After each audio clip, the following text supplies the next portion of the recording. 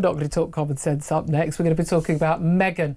Meghan, you remember her? Yeah, we don't like the news very often because she likes her private life. But the Duchess of Sussex is in the news after giving an interview with a US business magazine. What the hell they were talking to her about, who knows?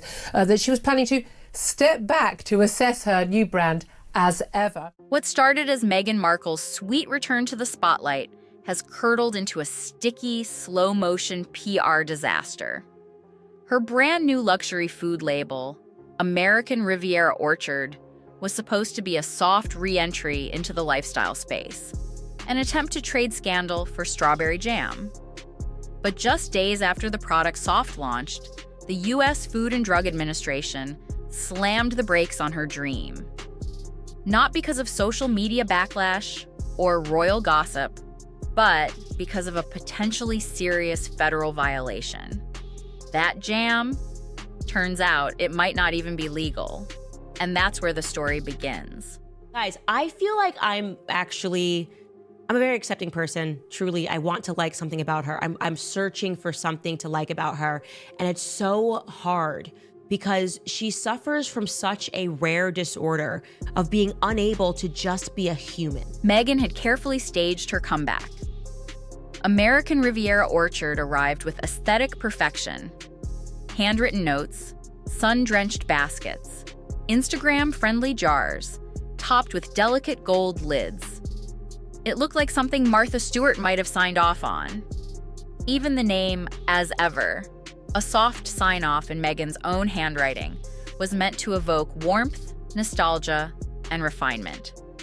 Gone were the Netflix docuseries and explosive interviews. In their place, lavender cookies and fruit preserves. The idea was simple. Ditch the drama. Embrace domestic luxury.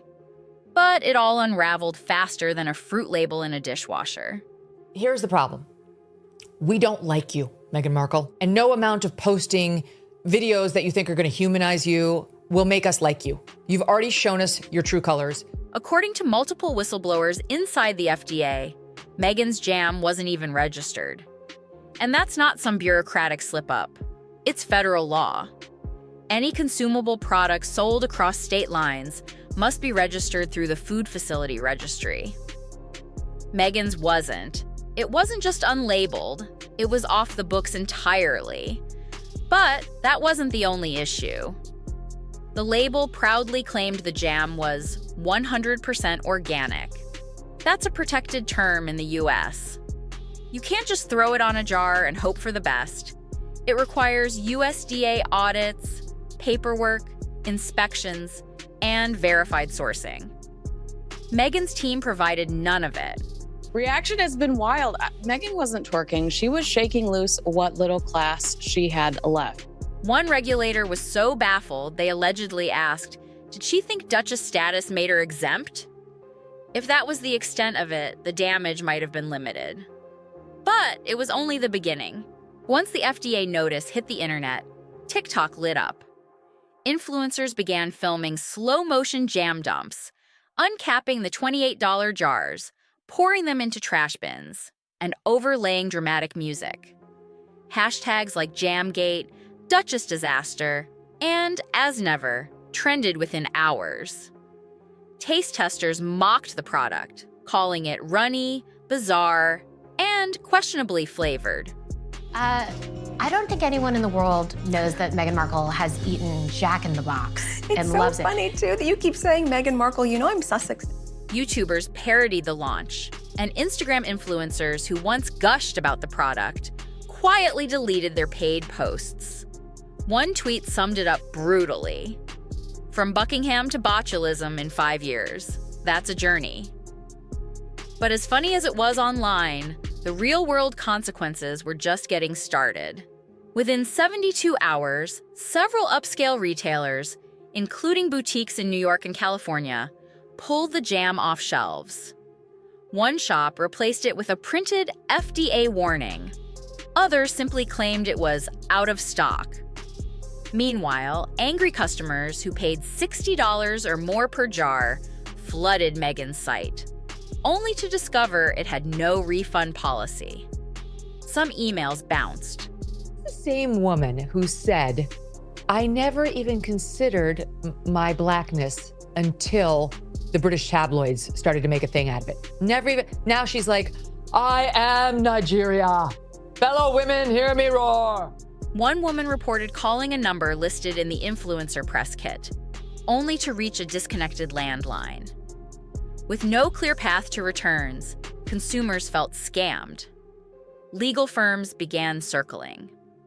By week's end, at least 2 California-based law groups had started assembling class action lawsuits, alleging false labeling, unregistered food sales, and consumer deception. Still, Meghan stayed silent. But Hollywood didn't. The silence from Oprah was deafening. The woman who once ushered Meghan into the media spotlight with that bombshell 2021 interview has refused to comment. Tyler Perry, once a vocal supporter, reportedly paused a documentary project about Meghan's entrepreneurial journey. There's a new documentary investigating the Sussexes titled Where Did the Money Go? Here's a clip. The Duke and Duchess of Sussex were once the darlings of the nation.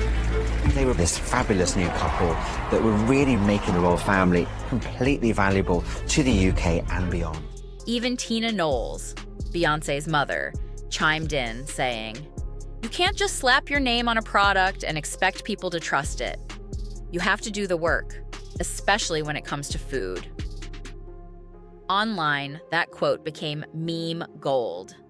Images of Tina holding fake jam jars labeled "Do Better Duchess" exploded across Twitter and TikTok. But that wasn't the worst reaction. That came from across the Atlantic. Buckingham Palace insiders were reportedly quietly pleased by the fiasco. One aide told The Times, "This confirms what we've long believed. Meghan isn't built for duty. She's built for drama." But it's not just about Meghan anymore.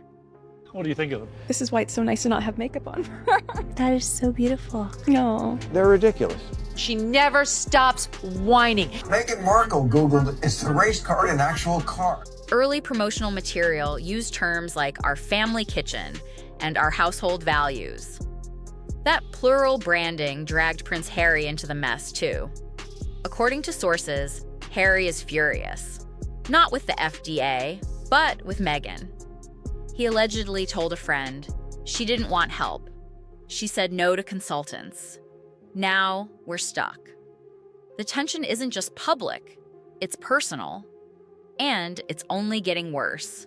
Because the jam was sold across state lines, the case may fall under federal jurisdiction. That means the Department of Justice could step in, especially if it's proven that Meghan knowingly sold a mislabeled, uncertified product.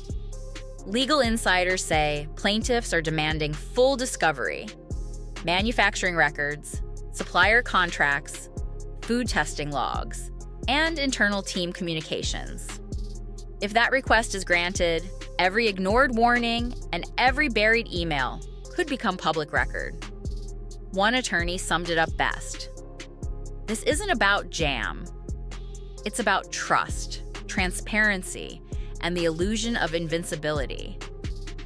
Even if Meghan avoids criminal charges, the damage to her reputation and the Sussex brand may be permanent. Crisis PR teams are working overtime. YouTube videos criticizing the launch are disappearing via copyright claims.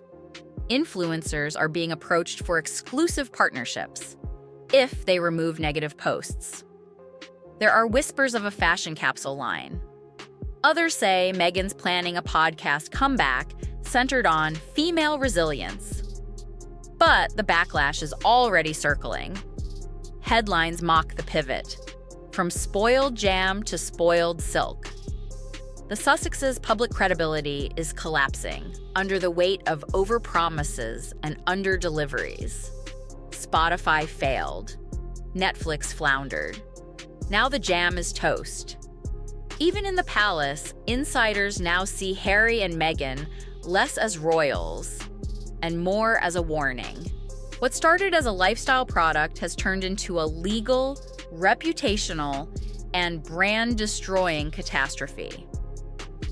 Meghan Markle's As Ever Jam wasn't just a failed launch, it was a symptom of something deeper, a disconnect between branding and reality. Because in 2025, audiences are tired of perfection without substance. They want transparency, accountability, and most of all, authenticity. Meghan may come back. She always does. But this time, a new Instagram layout won't be enough. This time, it's not just about PR. It's about rebuilding what's broken. And the question is, can she?